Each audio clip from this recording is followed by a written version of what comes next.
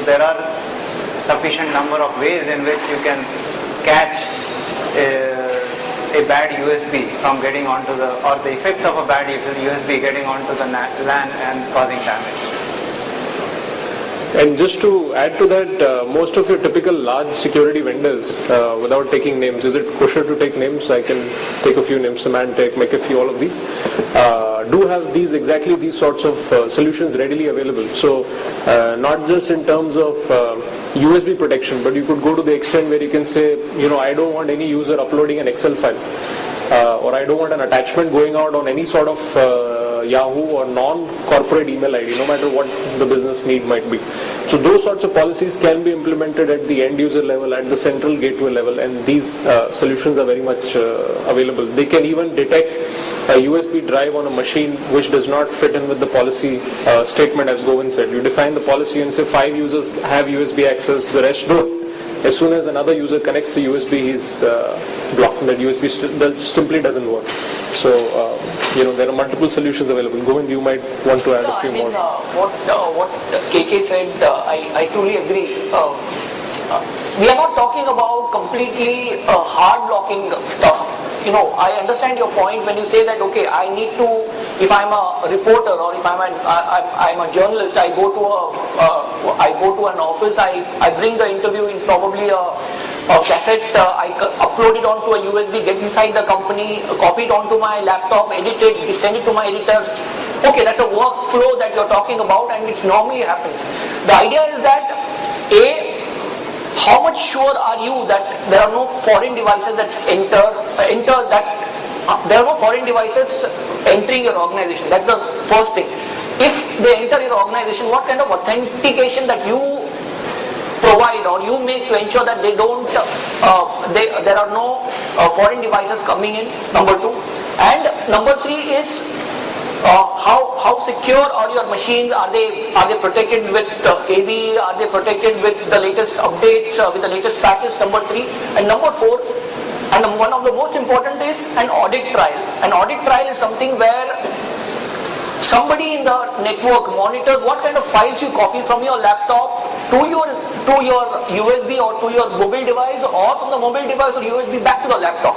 And so, once you have an audit trail, at least a sysadmin in your organization, a responsible person will be able to figure out, maybe once in fortnight, he goes through the entire audit trail to check out if there's any kind of information leakage, if there's any kind of unauthorized products being bought inside the organization or copied from the organization and stuff like that.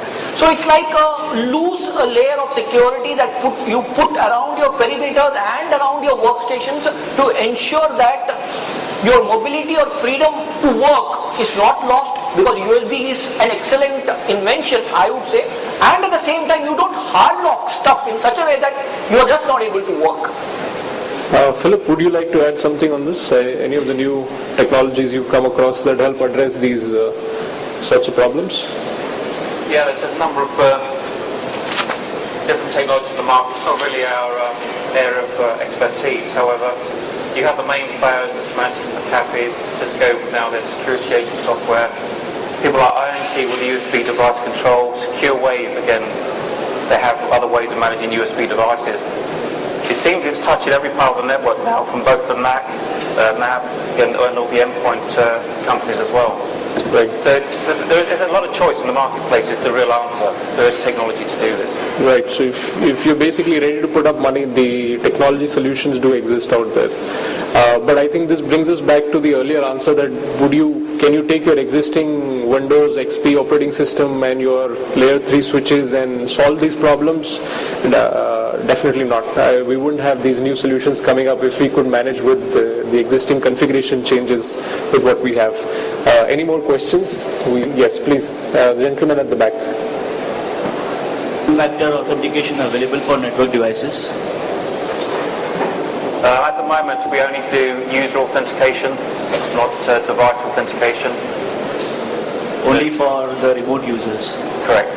The remote user, somebody's classed, whether they are accessing email on a device, corporate policy will say this is now classed as a remote access device, therefore as a person I must have some form of strong authentication, i.e. two-factor.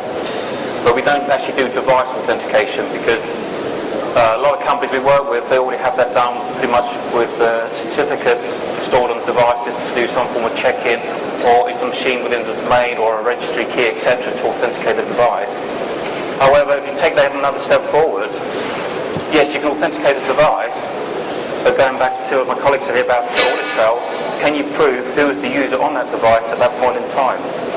If you're using the username and password, potentially no. So this is why you have to have the user authentication piece as an additional layer of security on top. Because I am looking from the remote administrative perspective where I am providing the access to my network admin from home. So I just wanted to ensure that he is the only right guy who is authenticating. So do you foresee any further roadmap on this for your product or as a technology? Well, when you talk about the admin guy coming in, again, a number of things have got to exist. They've got to be in the database. They have to be enabled. Have they been enabled for two-factor? Also, because we integrate with LDAP, we can actually check if something's already there. And the way we can actually give a very good leverage into the market is because we're authenticated and checking a domain password, we can have access controls from the domain and policies in place as well. So they get all the good stuff from the Microsoft and Novell environments, but we can bring the other leverage, which is that second factor authentication. Thank you. Right, so I think the sort of question was that can you take away the token and replace it with the second factor coming on the SMS, right? Yeah, any of the second factors that already exist for a remote VPN connection? Not VPN, but a direct remote access to the router or any of the network devices. All right. So can we have a dual factor coming in with the SMS based? Yeah. Feedback. I mean, any device that supports radius, and we have a number of clients, especially